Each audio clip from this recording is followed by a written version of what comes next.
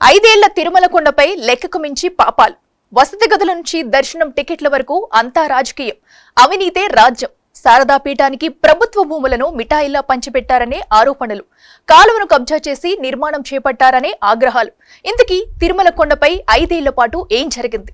వాటన్నిటినీ సెట్ చేయడం చంద్రబాబు ప్రభుత్వానికి అగ్నిపరీక్షగా మారిందిప్పుడు.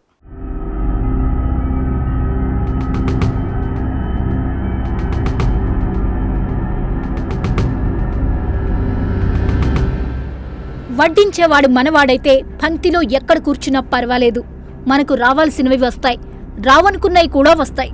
ఇందుకు బెస్ట్ ఎగ్జాంపుల్ శారదా పీఠం. ఆ పీఠాధిపతి స్వరూపానందేంద్ర సరస్వతి, విశాఖ శారదా పీఠం అధిపతి. వైసీపీ ప్రభుత్వ హయాంలో ఓ వెలుగు వెలిగిన స్వామీజీ స్వరూపానందేంద్ర. ఆ సమయంలో ఎంత పేరు వచ్చిందో ఇప్పుడు అంతకంటే ఎక్కువ వివాదాలను ఎదుర్కొంటున్నారు. కారణం ఆ పీఠం దక్కించుకున్న భూములు, వారికున్న పొలిటికల్ లింక్స్. నిన్నటి వరకు విశాఖ భూములపై రచ్చ జరిగింది. ఈలోగా వెలుగులోకి తిరుమల భూముల అంశం వచ్చి చేరింది. ఒక్క తిరుమలే కాదు, అమరావతిలో యాగం చేసిన ప్రదేశానికి సమీపంలో మరో చోట, ప్రకాశం జిల్లాలో ఇంకో చోట భూములను కేటాయించింది జగన్ ప్రభుత్వం. దీనిపై ఆగ్రహ జ్వాలలు ఎగిసిపడుతున్నాయి. తిరుమలలో ధర్మ పరిరక్షణ పేరుతో ప్రభుత్వం కేటాయించిన స్థలంలో నిర్మాణాలు చేపట్టింది శారదా పీఠం.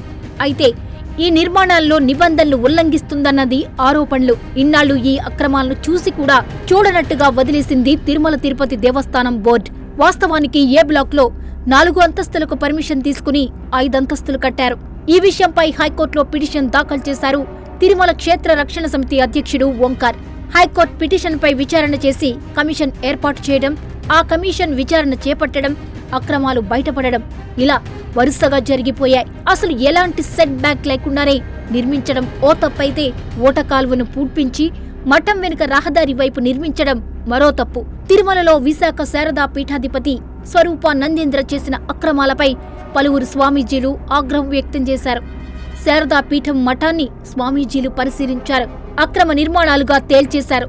శారదా పీఠాధిపతి ఆక్రమించిన భూములతో పాటు అక్రమ నిర్మాణాలను తొలగించాలని వీరి డిమాండ్. ఆధ్యాత్మిక గురువులకు సంబంధించి స్వామివారికి సేవ చేసుకోవడానికి, భక్తులకు ఉపయోగపడేందుకు మాత్రమే మఠాలను కేటాయిస్తారు. కానీ వాటిని నిర్వహిస్తున్న వారు మాత్రం కొండపై పెద్ద ఎత్తున భక్తుల వద్ద దోపిడీకి పాల్పడుతున్నారనే ఆరోపణలు వెల్లువెత్తుతున్నాయి. తిరుమలలో జనసేన నేతలతో కలిసి కిరణ్ రాయల్ పలు మఠాలను సందర్శించారు. కోట్ల రూపాయల స్కామ్ జరుగుతోందని ఆరోపించారు. స్వరూపానంద స్వామి రూల్స్ ను అతిక్రమించి స్టార్ హోటల్ను తలపించేలా కొండపై అక్రమ కట్టడాలను కట్టడమేంటని ప్రశ్నించారు. తిరుమలలోని శారదా పీఠం నిర్మాణాలను కూల్చివేయాలనే డిమాండ్లు ఎక్కువవుతున్నాయి. రిజర్వ్ ఫారెస్ట్ ఏరియాలో నిర్మాణాలు ఏంటని ప్రశ్నలు వ్యక్తమవుతున్నాయి. మరీ ముఖ్యంగా గోపురం కంటే ఎత్తులో భవనాలు ఎలా నిర్మిస్తారని భక్తులు మండిపడుతున్నారు. చంద్రబాబు ప్రభుత్వం శారదా పీఠంపై కఠిన చర్యలు తీసుకోవాలని సామాన్యులు డిమాండ్ చేస్తున్నారు.